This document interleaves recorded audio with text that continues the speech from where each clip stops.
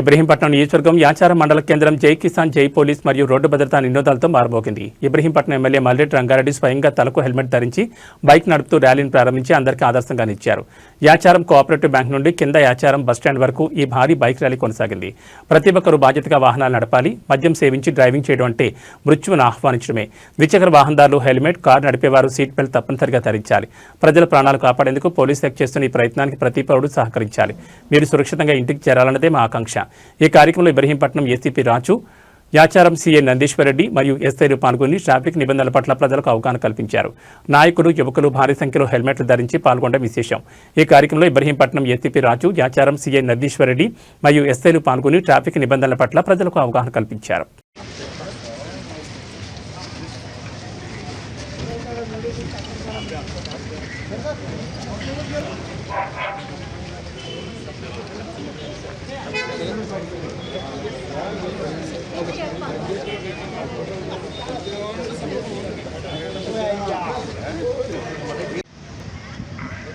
మన ఇబ్రహీంపట్నం నియోజకవర్గంలో ఉన్నటువంటి మన పోలీస్ అధికారులందరూ, ఏసీపీ గారు, సిఐలు, ఎస్ఐలు, పోలీస్ సిబ్బంది అందరూ కూడా ఒక మంచి కార్యక్రమాన్ని మన ప్రభుత్వం తీసుకుంది. ఆ కార్యక్రమమే రోడ్డు భద్రత అనేటువంటి కార్యక్రమం.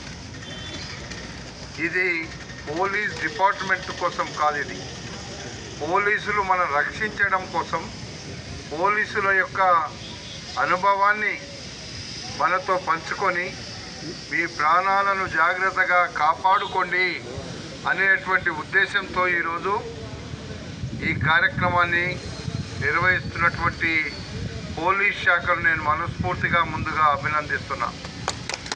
పోతా ఉంటే ఒక చిన్న స్లిప్ అయి కింద పడి చనిపోయిన వాళ్ళు చాలామంది ఉన్నారు.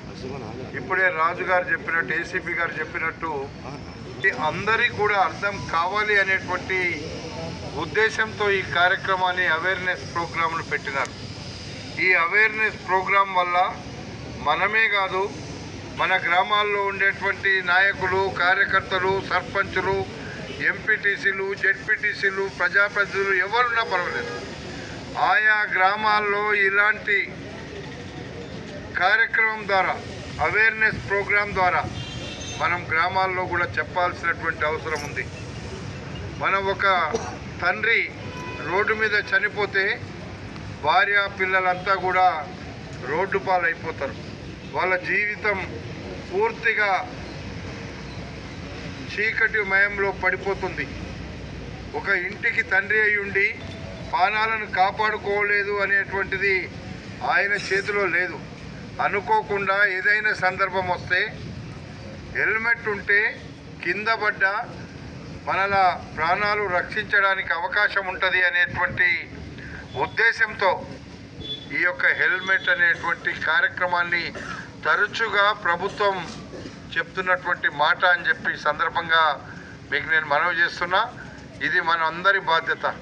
ఈరోజు ఒక పోలీస్ శాఖ బాధ్యతనే కాదు, పోలీసులు చేస్తున్నటువంటి ఈ కార్యక్రమాన్ని మనందరం కూడా ఇంటింటికి, గ్రామాన తీసుకెళ్ళి మన యొక్క ప్రాణాలను కాపాడుకోవడానికి అవసరమైన హెల్మెట్ను ధరించమని చెప్పాల్సినటువంటి అవసరం మన అందరి మీద ఉంది.